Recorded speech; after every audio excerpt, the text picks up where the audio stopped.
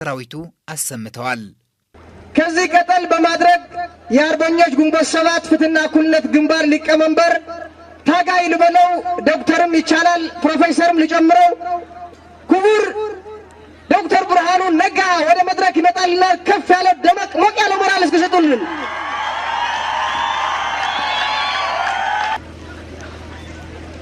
ታጋይ መኮንን ተስፋዬ የደምሂት ተመራጭ ሊቀመንበር፣ በተለያዩ ደረጃ የምትገኙ የድርጅቱ አመራሮች፣ ሰፊው የደምሂት ታጋይ ጥሪ የተደረገላችሁ እንግዶች፣ ክቡራትና ክቡራን፣ በመጀመሪያ ለትግራይ ሕዝብ ዴሞክራሲያዊ ንቅናቄ ትህዴን ወይንም ካሁን በኋላ በትግርኛው ስሙ ለምጠራው ዴሞክራሲያዊ መንቀሳቀስ ሕዝብ ትግራይ ደምሂት ታጋዮች፣ አመራሮችና ደጋፊዎች ድርጅታዊ ጉባኤያችሁን ስኬታማ በሆነ መንገድ በማጠናቀቃችሁ እንኳን ደስ አላችሁ።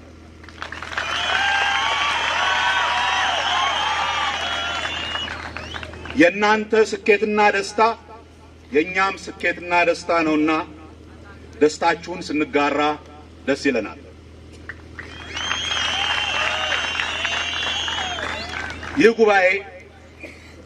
ይህ ሁለተኛው ጉባኤ ድርጅታችሁን ከድቶ ምንም የማያውቁ ታጋዮችን አስከትሎና ለአደጋ አጋልጦ ከህወሓት ኢህአዴግ ጋር የተቀላቀለው የቀድሞ የደምሂት ሊቀመንበር ሞላ አስገዶም፣ የአዲስ አበባ ወጣቶች ሞላ አስገዶም ነው የሚሉት፣ በከዳ በአመቱ የእሱ መክዳት በድርጅቱ ውስጥ ይዟቸው የመጣውን ብዙ ራስን የመመዘንና የማወቅ ጥያቄዎችን በእርጋታና በሰከነ መንገድ ከበቂ በላይ ጊዜ ሰጥቶና መርምሮ መልሶ ከዚህ በፊት ከነበረበትም የበለጠ የጠራ መስመርና የተጠናከረ ድርጅት ይዞ የተነሳበትን የትግል ዓላማ ከዳር ለማድረስ ቆርጦ የተነሳ ድርጅት ሆኖ በመውጣቱ ደስታችሁ የላቀ መሆኑ ይሰማኛል።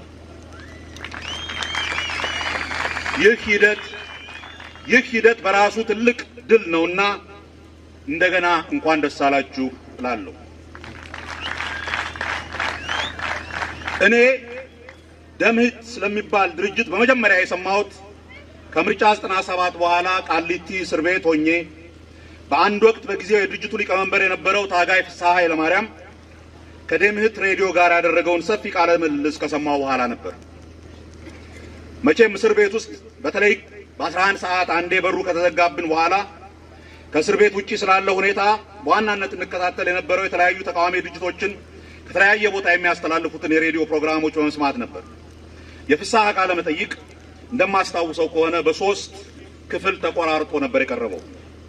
ሶስቱንም በጥሞና ነበር የተከታተልኩት። በጊዜው እኛ በሰላማዊ መንገድ ዴሞክራሲያዊ ለውጥ ለማምጣት ያደረግነው እንቅስቃሴ በወያኔ ጉልበት ከተጨናገፈና እኛም ፍጹም አይን ባወጣ ውሸት ዘር በማጥፋት ወንጀል ተከሰን ወህኒ ከወረድን በኋላ ያለው አማራጭ ምንድነው ብዬ ራሴን የምጠይቅበት ጊዜ ነበር። ምናልባት እኛም ለዲሞክራሲያዊ ስርዓት መመስረት የጀመርነው ሰላማዊ ትግል በህወሓት ኢህአዴግ ግፊት ወደ ትጥቅ አመጽ መሸጋገሩ ላይቀር ነው የሚል ግምት ነበረኝ። ስለዚህም በትጥቅ ትግሉ ከተሰማሩ ታጋዮች አቅጣጫ የሚሰጡትን መግለጫዎች ዝም ብሎ እንደ ተራ አድማጭ ሳይሆን በእርግጥም ይህ አካሄድ ያዋጣል ወይ፣ ወደ ዲሞክራሲያዊ ስርዓት ይወስደናል ወይ፣ በመሳሪያ ታግዞ ስልጣን የያዘ ኃይል ስልጣን ላይ ከወጣ በኋላ ተመልሶ አምባገነናዊ የመሆን እድሉ የሰፋ አይደለም ወይ፣ ከህወሓት ኢህአዴግ ታሪክ እንደምናየው በብሔር ላይ አተኩረውና መሳሪያ ይዘው የሚታገሉ ኃይሎች እንታገላለታለን ከሚሉት ብሔረሰብ ውጪ ለሁሉም የምትሆን ዴሞክራሲያዊ ኢትዮጵያ ከልባቸው ለመገንባት ይፈቅዳሉ ወይ? ህብረ ብሔር የሆኑና ሀገራዊ አጀንዳዎች ያነገቡ የትጥቅ ትግል የሚያካሂዱ የተለያዩ ድርጅቶች ትግሉ የመጨረሻው ምዕራፍ ላይ ሲደርስ እርስ በርሳቸው ከመጋጨት የሚከለክላቸው ምንድነው የሚሉና ሌሎች ተመሳሳይ ጥያቄዎች ለመመለስ እንደሚፈልግ ዜጋ ነበር በጥሞና የምከታተለው። በዚያ ቃለ መጠይቅ ውስጥ ታጋይ ፍስሐ ከተናገራቸው ነገሮች እስካሁን ትዝ የሚሉኝና ሸምግዬ ካረሳሁት በስተቀር ደምሂትን በቅርብ እንድከታተል ያደረጉኝ የሚከተሉት ሁለት አቋሞቹ ነበሩ።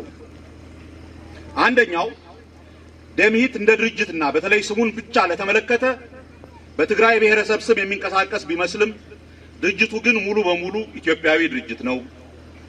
ህወሓት የትግራይን ህዝብ በተለይ ጠርንፎ ከሌላው ኢትዮጵያዊ ጋር ለማጋጨት ስለሚፈልግ እኛ የትግራይ ልጆች የትግራይን ህዝብ ከህወሓት የተለየ ኢትዮጵያዊ አቅጣጫ እንዲይዝ ለማድረግ ለጊዜው በስሙ መንቀሳቀስ ከስልት አኳያ ይጠቅማል ብለን እንጂ በድርጅታችን ውስጥ ትግራዋይ ያልሆኑ የሌሎች ብሔረሰብ ተወላጆች ኢትዮጵያውያን ይገኛሉ። ስለዚህም በስም እንጂ በተግባር ኢትዮጵያዊ ድርጅት ነን ነበር ያለው በመጀመሪያ። ሁለተኛው አቋም መሰረታዊ ትግላችን ህወሓት ኢህአዴግን ጥለን እውነተኛ ዴሞክራሲያዊ ስርዓት መመስረት ነው። ይህን ለማድረግ ደግሞ እኛ ብቻችንን የምናደርገው ሳይሆን ከሌሎች ኢትዮጵያውያን ድርጅቶች ጋር በጋራ የምንሰራው ስራ ነው። ስለዚህም ሰፋ ያለ የድርጅቶች ህብረት እንዲፈጠር ማገዝና መስራት ቀዳሚ ስራችን አድርገን የምንወስደው ነው የሚሉት ሁለቱ አቋሞቹ ነበሩ። ደምሂት ከሌሎች ኢትዮጵያውያን ጋር ሆኖ ለነጻነት ለእኩልነትና ለዲሞክራሲያዊ ስርዓት የሚያደርገው ትግል ለትግራይም ህዝብ ትልቅ ቤዛ እንደሚሆን ነው የሚሰማኝ። በመጨረሻ ማለት የምፈልገው እኛ እንደ አርበኞች ግንቦት ሰባት ደምሂት ይህን ውስጣዊ መርሆ አድርጎ ለሚያደርገው ትግል በምንችለው አቅም ሁሉ ለመርዳት ከጎኑ መሆናችንን ዝግጁ ነኝ በሚልበት ጊዜም ከዚህ በፊት ጀምረን የነበርነውን በሞላ መክዳት ምክንያት ተግባራውን የተስተዋገለውን ትብብር እንደገና ለማስነሳትም ሆነ በሌላ በማንኛውም መልኩ ተባብረን ሀገራችንን ከገጠማት አደጋ ለማውጣት በአስቸኳይ ስሜት ለመታገል ያለንን ፍላጎት በዚህ አጋጣሚ እንደገና መግለጽ እፈልጋለሁ።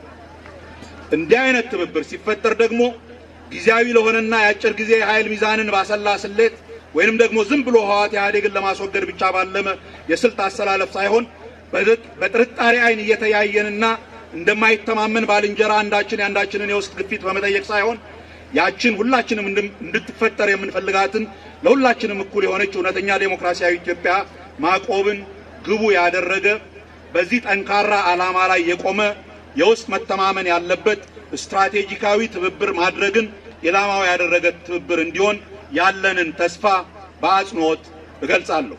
የወያኔን መሰሪ አካሄድ በጋራ እንመክታለን። አንድነት ኃይል ነው። በጣም አመሰግናለሁ።